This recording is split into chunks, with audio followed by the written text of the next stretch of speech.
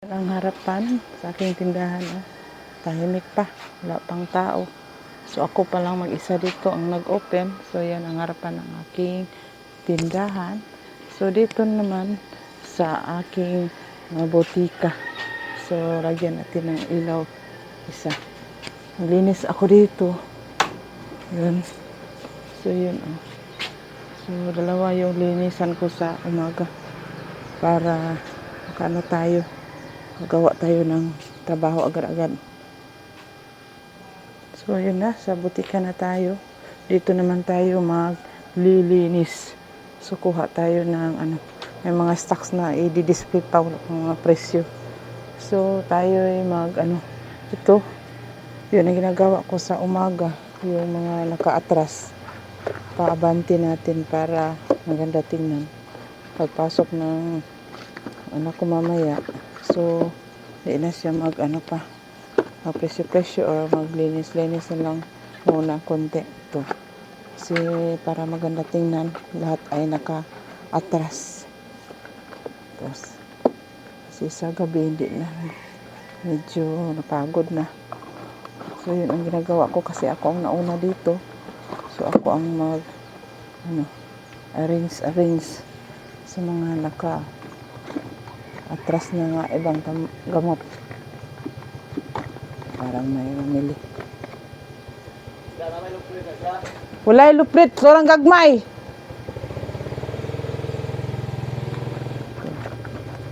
Ito, may hanap ng loaf bread. Ang daling naubos sa aking loaf bread na lalaki. Ito, yun ang ginagawa ko. Para maganda tingnan yung mga paninda natin. So, yun ang technique para ma-attract yung customer sa ating mga paninda. So, gawin nating attractive para makabenta tayo mga katinda. Tingnan natin yun sa mag-observe tayo sa mga lalaking tindahan na napaka-arrange yung mga paninda nila.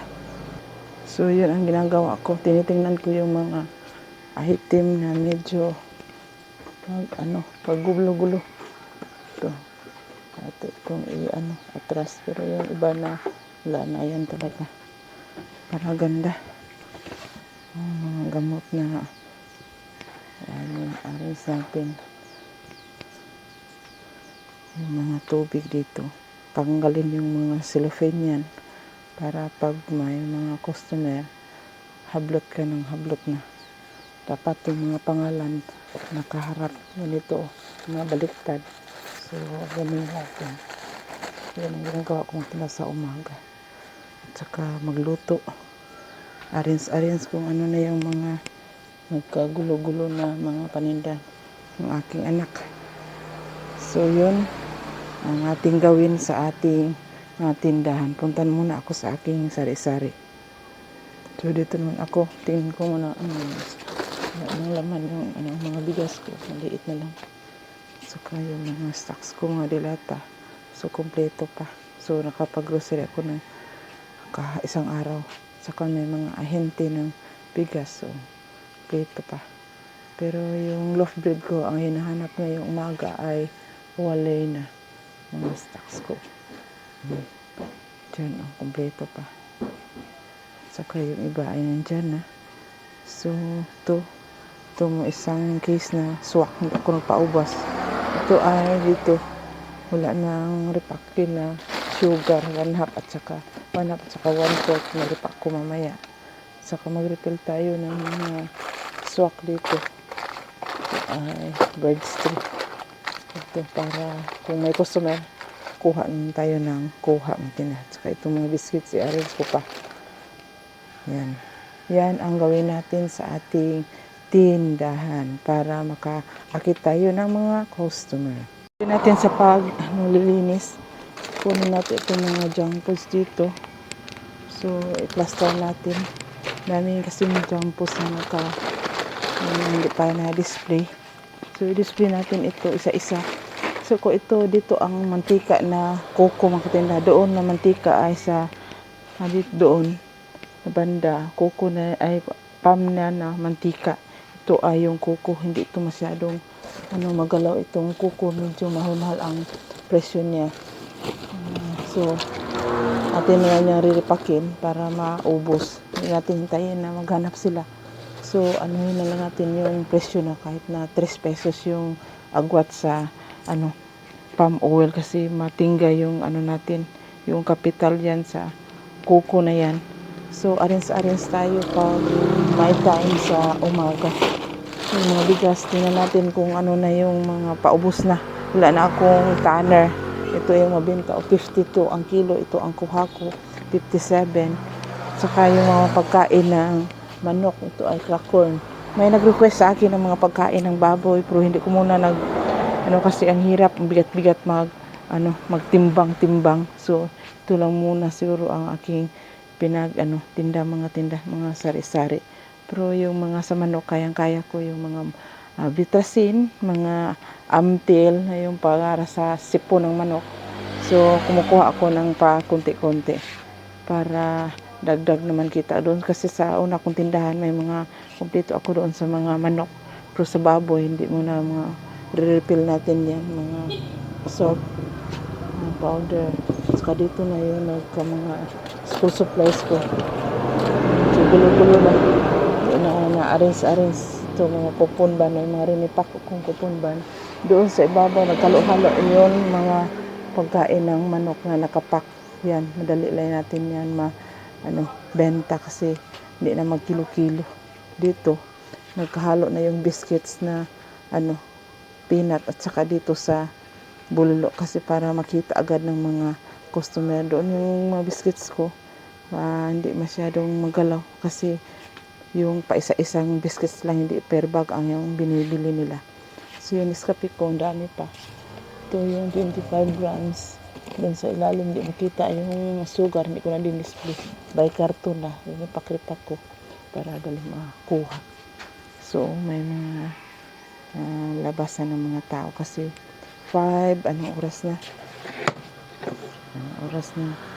5:58 na. So yun, ang ala ko dito, wala ng tanduay na long neck dark at saka itong tanduay na senior. Walang senior dito sa amin, ay junior na stock, ewan ko ba. So yun ang sitwasyon ng aking tindahan dito sa sentro Mactinda. So pag may time, doon naman tayo tour sa aking unang tindahan. So dito nakaarkila kami ng 4,000. So dalawa ito, so pati na yung butika, so 8,000. So dito na yung maliit naming kainan. So nag-paid na yung mesa. So dito yun, natutulog yung asawa ko siya sa gabi para delikado baka ransakin itong tindahan natin kasi simula ng bago namin dito yung tindahan namin, looban sana, buti na lang nandoon sa loob yung asawa ko, yung mga soft drinks kong stocks, saka dito yung ibang junk foods, at dito tayo sa gilid para pa lapas naman dito sa butika. So lusot-lusot mo siya matinda sa Bisaya pa. Nag-ainit ako ng tubig, hinaan natin. So dito may mga stocks din yung anak ko para sa butika niya, yung Coke na 1.5 at saka yung Pepsi dito, yung 1.25 at saka yung maliliit na Coke. Malakas dito sa kanyang tindahan kasi malugi tayo sa kuryente dahil ang laki naman ng Fujirin, so double door ito. So yan, kumpleto yung mga wala akong ref mga tinda. Binili ko yan para dito sa tindahan. Pag susunod na taon, magbili din ako ng sarili ko para sa mga frozen foods kasi ang daming naghanap ng frozen foods. So yun lang muna mga tinda ang aking i-share sa inyo na para maging attractive yung tindahan natin.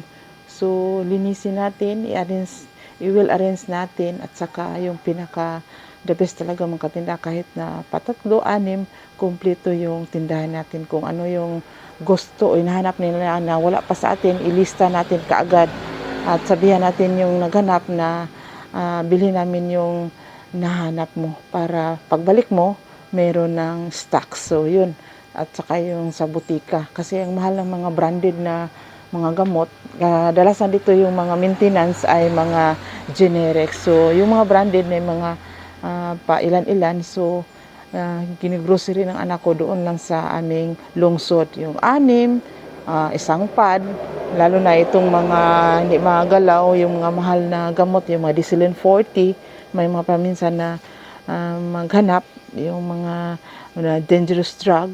So may tatlo, isa, yung mga dito, yung mga pang ano sa injection sa dextrose. So bili siya ng mga tatlo, mga katindahan, yung mga mahal na mga vial. Kasi malapit na kami dito sa health center, yun ang ginagawa niya makatinda.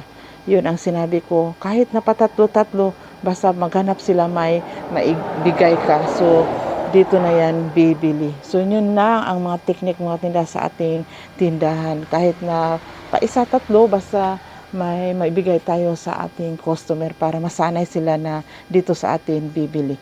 So, yun lang muna ang aking masishare mga tinda.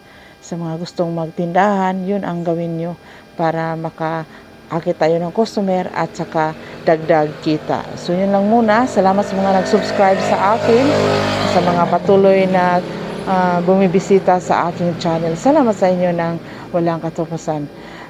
Panginoon lang ang mag-ano sa inyo at saka bigyan tayo ng magandang panglusog na pangangatawan at saka peace of mind para sa ating pamilya, para tuloy-tuloy ang ating negosyo. So yun lang, salamat at positive lang tayo, bawal ang niga. Bye-bye.